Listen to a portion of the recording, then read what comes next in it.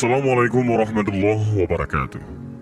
Dan ini adalah sebuah kisah tentang sahabat Rasulullah SAW yang rela disalib demi membela Rasulullah SAW.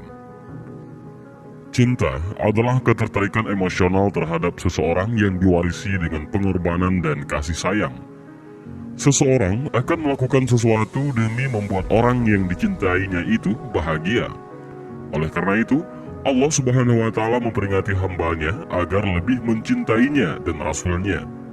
Seperti yang akan kita bahas tentang kisah seseorang yang sangat mencintai Allah dan Rasulnya.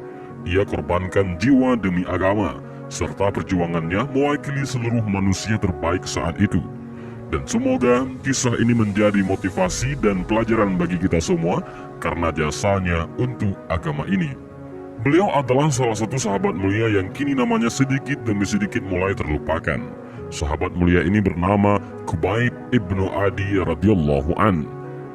Beliau bernama Khubayb bin Adi bin Maluk al-Aushi al-Ansari, sahabat yang dipuji Allah Subhanahu wa Ta'ala dalam Al-Quran. Allah Subhanahu wa Ta'ala berfirman, dan orang-orang yang telah menempati kota Madinah dan telah beriman, yaitu Ansar, sebelum kedatangan mereka para muhajirin, mereka, yaitu Ansar, mencintai orang yang berhijrah kepada mereka muhajirin. Dan mereka Ansar tiada menaruh keinginan dalam hati mereka terhadap apa-apa yang diberikan kepada mereka para muhajirin. Dan mereka mengutamakan orang-orang muhajirin atas diri mereka sendiri, sekalipun mereka dalam kesusahan. Dan siapa yang dipelihara dari kekikiran dirinya, mereka itulah orang-orang yang beruntung. Al-Quran Surat Al-Asyar ayat 9. Beliau juga salah satu di antara sahabat yang ikut andil dalam peperangan Badar dan Uhud, yang Rasulullah SAW sendiri telah menjamin surga kepada mereka. Seperti yang tersirat pada kisah sahabat Hatib bin Abi Balta'ah saat ia mencoba membocorkan rencana penyerangan ke Mekah, sehingga Sayyidina Umar menganggap perbuatan tersebut sebagai pengkhianatan.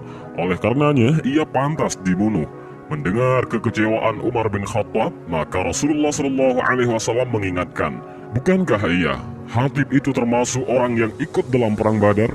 Dan Allah telah menyaksikan ahli Badar. Seraya berfirman, berbuatlah apa yang kalian kehendaki, sungguh surga telah pasti bagi kalian. Atau dalam riwayat lain, aku telah mengampuni kalian. Hadis riwayat Bukhari. Beliau radhiyallahu an sangat tekun dalam beribadah dan sangat mencintai Rasulullah SAW melebihi kecintaannya terhadap dirinya sendiri. Kisah heroiknya ini berawal ketika Rasulullah SAW mengutus 10 orang sahabat yang kesemuanya adalah para penghafal Al-Quran untuk berdakwah. Karena setelah perang Uhud, dua suku Arab mendatangi Rasulullah SAW untuk menyatakan keinginan mereka masuk Islam. Serta mereka juga meminta untuk dikirimkan sahabat Rasulullah kepada mereka agar mereka dapat mempelajari Islam secara sempurna. Singkat cerita, ekspedisi ini dipimpin oleh sahabat yang bernama Hashim bin Sabit. Di tengah perjalanan, tepatnya di daerah Hada yang terletak di antara Asafan dan Mekah, para suku itu mengkhianati perjanjian mereka dan membunuh utusan Rasulullah SAW dan menawan sebahagiannya. Di antaranya adalah Khubayb bin Adi radhiyallahu an. Setelah itu, Khubayb pun dijual kepada suku Haris. Perlu diketahui, pembelian yang dilakukan anak-anak dari Haris bin Naufal tidak lain karena dendam mereka atas terbunuhnya ayah mereka di perang Badar. Oleh karena itu, keinginan mereka untuk melenyapkan sahabat ini pun tak terelakkan lagi. Mereka pun memutuskan untuk mengeksekusi Khubayb dengan cara yang belum pernah dilakukan dalam sejarah bangsa Arab. Di dalam tahanan, Khubayb terus beribadah kepada Allah Subhanahu wa Ta'ala dengan situasinya yang terbelenggu oleh rantai. Suatu hari, Khubayb meminjam sebuah pisau dari salah seorang putri Al-Haris untuk keperluannya. Namun tiba-tiba, ada bocah kecil, anak dari perempuan tadi, mendekat ke arah Khubayb karena kelalaian ibunya. Sang ibu melihat Khubayb memangku putranya, sementara pisau berada di tangannya. Serta-merta, wanita itu merasa sangat ketakutan. Melihat hal itu, Khubayb mengetahui kalau ibu dan anak tersebut takut.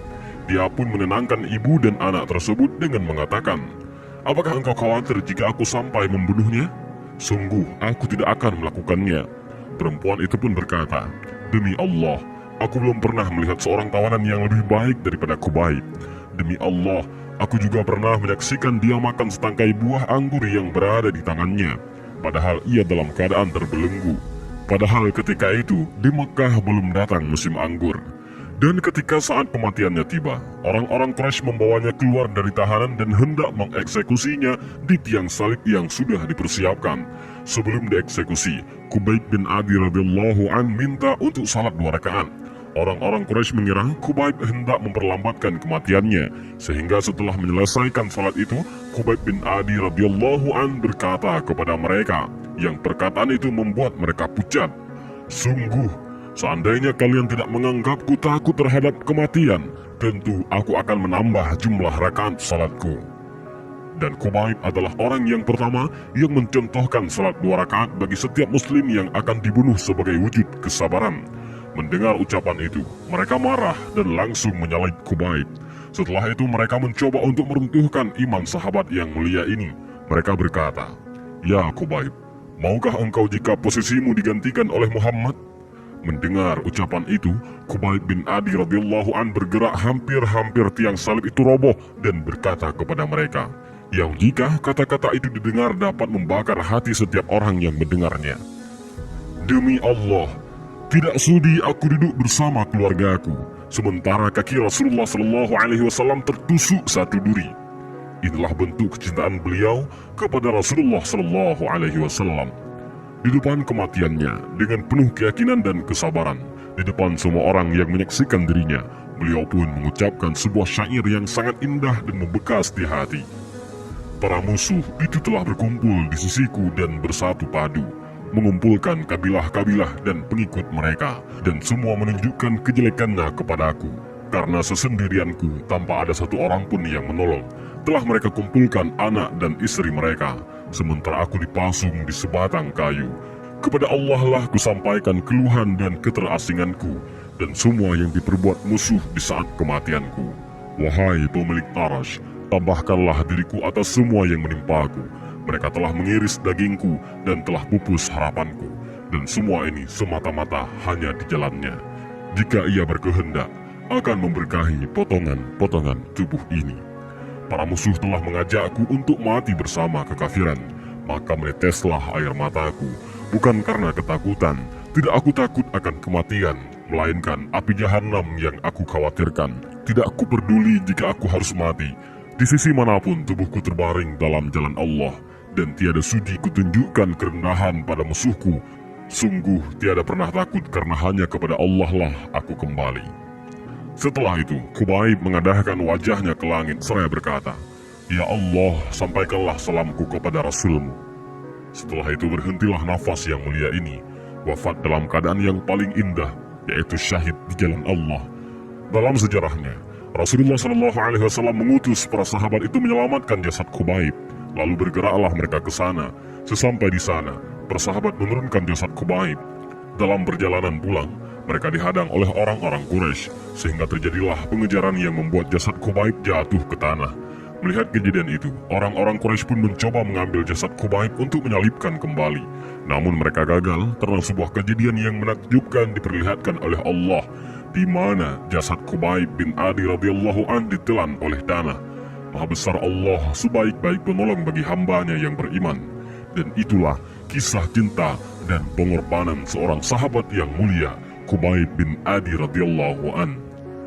Dan mudah-mudahan dengan kisah ini dapat menambah keimanan kita kepada Allah Subhanahu wa taala dan menambah rasa cinta kepada junjungan Nabi besar Muhammad sallallahu alaihi wasallam, dan juga kita lebih mengetahui bagaimana bentuk perjuangan para sahabat, bentuk cinta para sahabat kepada Rasulullah sallallahu alaihi wasallam, orang yang paling mereka cintai.